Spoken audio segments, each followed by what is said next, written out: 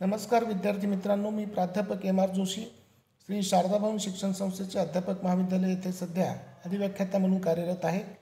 तुम्हाला माहिती आहे की सध्याच्या कोविडच्या पार्श्वभूमीवर अनेक विद्यापीठांमध्ये अंतिम वर्षाच्या परीक्षा या ऑब्जेक्टिव्ह टाईप किंवा MCQ स्वरूपाच्या होणार आहेत आणि त्यासाठी मी स्वामी रामानंद तीर्थ मराठवाडा विद्यापीठातील BEd CC 202 assessment for learning यासाठी एक 10 प्रश्नांची मार्गदर्शक क्यूबी बनवलेली आहे। त्यासाठी मला आमच्या प्राचार्य डॉक्टर अनुराधा राऊत आणि आमच्या फॅकल्टीच्या डीन डॉक्टर वैजंता पाटील यांचं मार्गदर्शन आणि प्रेरणा मिळालेली आहे।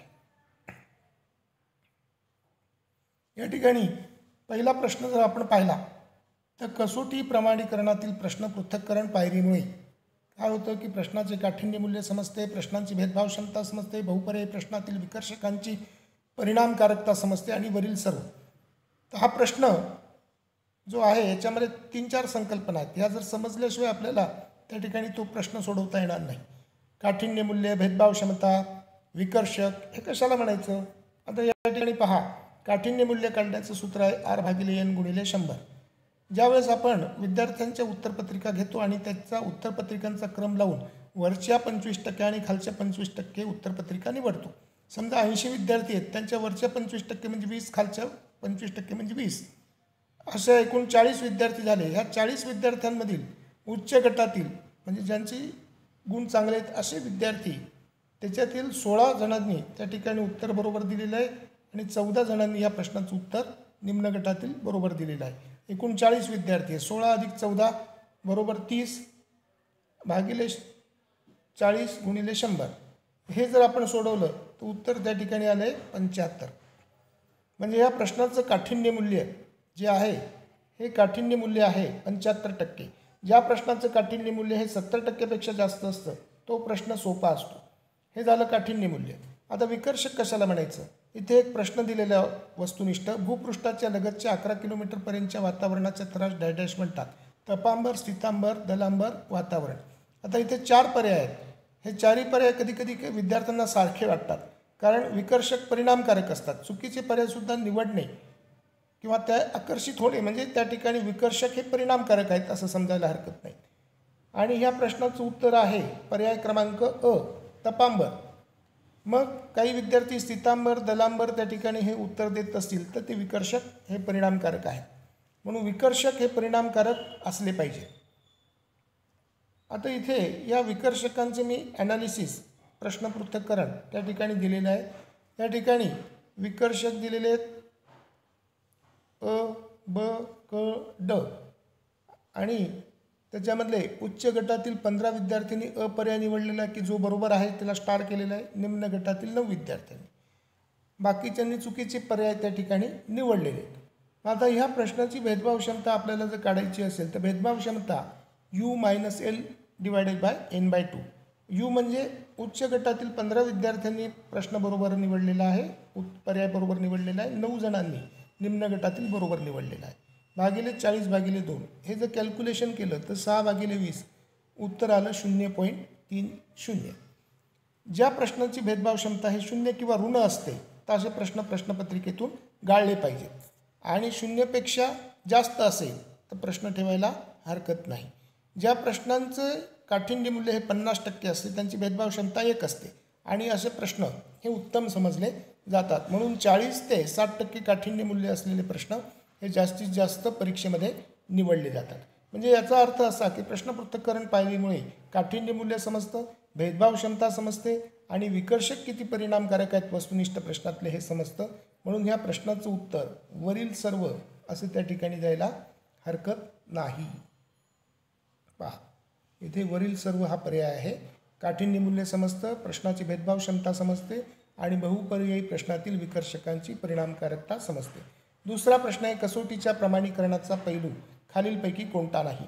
आशय, कसोटी देण्याची पद्धती, प्रमाणके, कसोटीतील वैकल्पिक प्रश्न।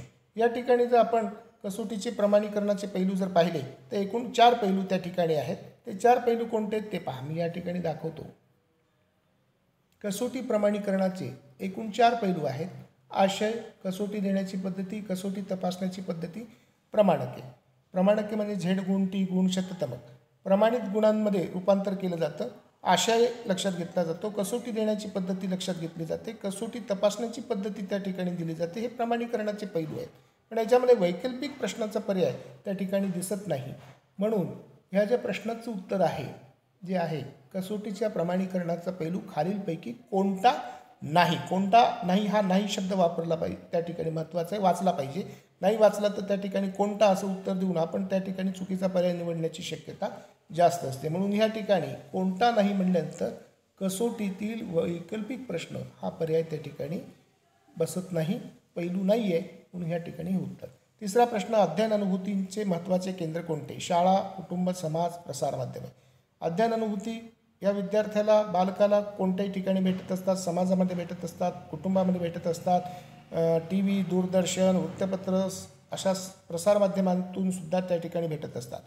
पण अध्ययन अनुभवांची रेलचेल ही शाळेमध्ये मोठ्या प्रमाणात असते. परिपाठ, क्रीडांगणावरील खेळ, प्रयोगशाळेतील प्रयोग, वर्गातील अध्यापन अध्ययन प्रक्रिया, त्याच्यानंतर अभ्यासपूर्वक अभ्यासेतर उपक्रम, या सगळ्यांमुळे त्या ठिकाणी अनुभवांची रेलचेल मोठ्या प्रमाणात असते.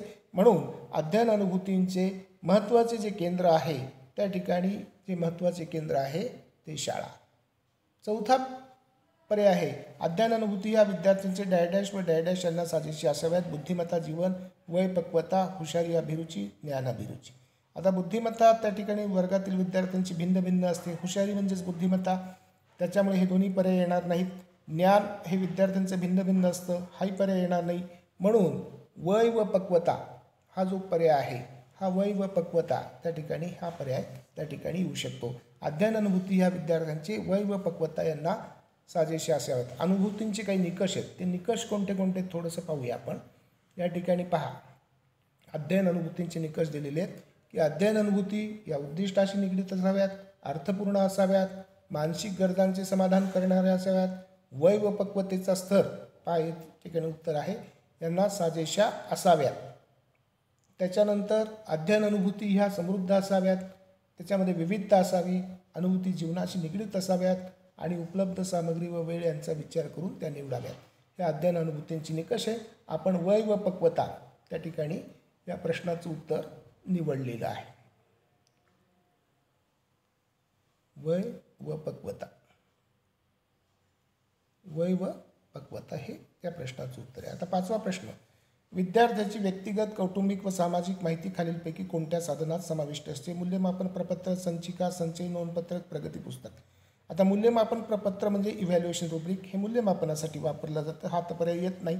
संचिका म्हणजे पोर्टफोलिओ, ज्याच्यामध्ये विद्यार्थ्यांचं जे काम आहे, निबंध लेखन, त्याच्यानंतर काही जे चांगले चांगले स्वाध्याय सोडवलेले आहेत, त्याच्यानंतर काही रंगकाम, कोलाज, हस्तकला, ह्या सगळ्यांचा समावेश त्या संचिकेमध्ये होत असतो. म्हणजे विद्यार्थ्यांनी जे काही काम केलेलं आहे त्या सगळ्या कामाची नोंद या संचिकेमध्ये असते. त्याच्यामुळे या ठिकाणी हे व्यक्तिगत, कौटुंबिक, सामाजिक माहिती त्याच्यामध्ये समाविष्ट असत नाही. तिसरा पर्याय संचयी नोंदपत्रक आणि चौथा पर्याय प्रगती पुस्तक. प्रगती पुस्तकात माहिती तुम्हाला की विद्यार्थ्यांचे निकाल दिलेले असतात, संख्यात्मक मापन, गुणात्मक मापन आणि शिक्षकाचा अभिप्राय त्या ठिकाणी असतो.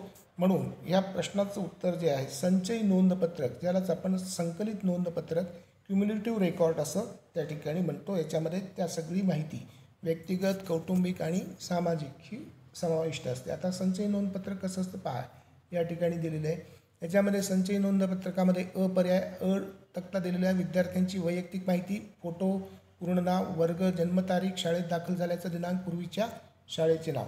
ब कौटुंबिक माहिती, त्याच्यामध्ये सदस्य कोण कोण आहेत, त्यांचा व्यवसाय काय, शिक्षण, वडील, आई, बहीण, भाऊ आणि इतर कोणी असेल त्यांचा व्यवसाय आणि शिक्षण विचारलेलं आहे. शालेय अभ्यासातील प्रगती काय, त्या विद्यार्थ्याची घटक चाचणीचे विषयनिहाय गुण, प्रथम सत्र परीक्षेतील विषयनिहाय गुण, वार्षिक परीक्षेतील विषयनिहाय गुण, गुणांचे शेकडा प्रमाण, प्रमाणित गुण.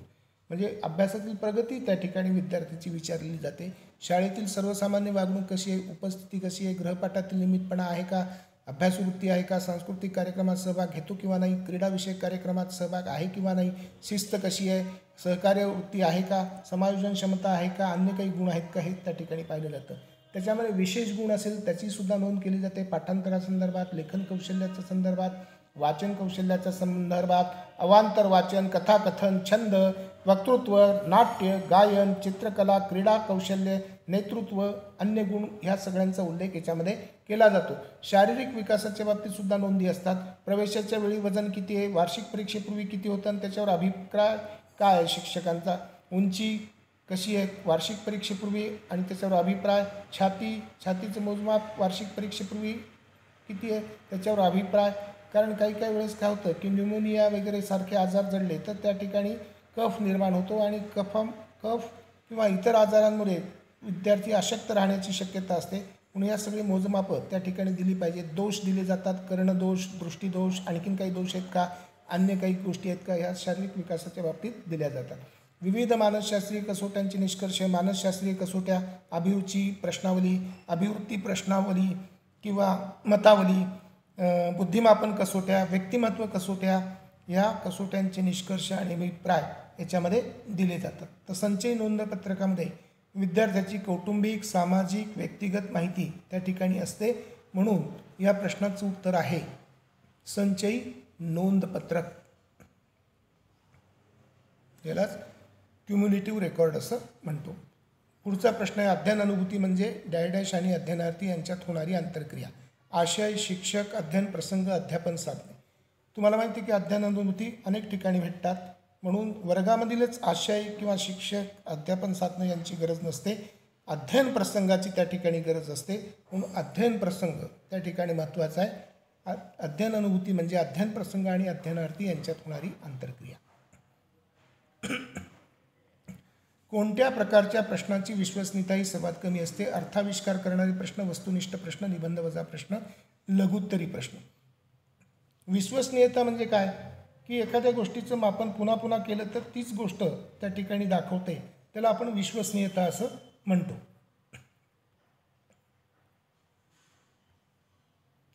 एखाद्या प्रश्नाचे किंवा कसोटीचे निष्कर्ष 3 ते 4 वेळेस पाहिले असतात, तेच येत असतील अशा प्रश्नांमध्ये किंवा कसोटीमध्ये विश्वसनीयता ही गुणवैशिष्ट्य आहे.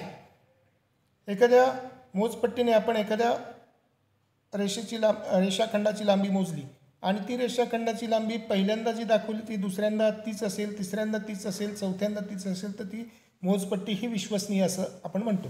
तसंच प्रश्नांच्या बाबतीत आहे. एखाद्या प्रश्नाचं उत्तर जर परीक्षकांनी तपासलं आणि त्याला तेच गुणदान त्या ठिकाणी केलेलं असेल तर ती विश्वसनीय आहे असं म्हणायला हरकत नाही.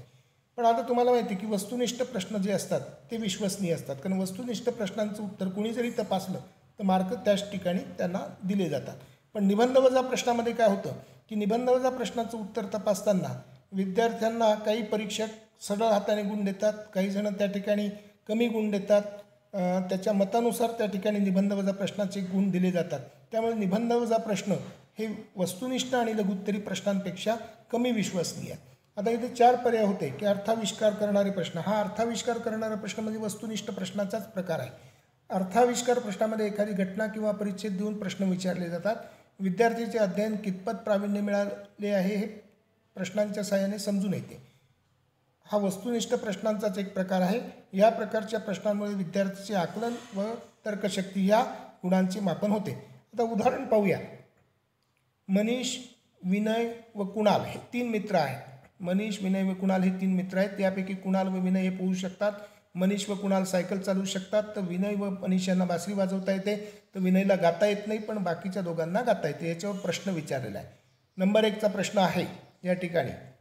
तर गाता येते पण पोहता येत नाही असा विद्यार्थी कोण? दुसरा प्रश्न आहे सायकल चालवू शकतो पण बासरी वाजवता येत नाही असा कोण?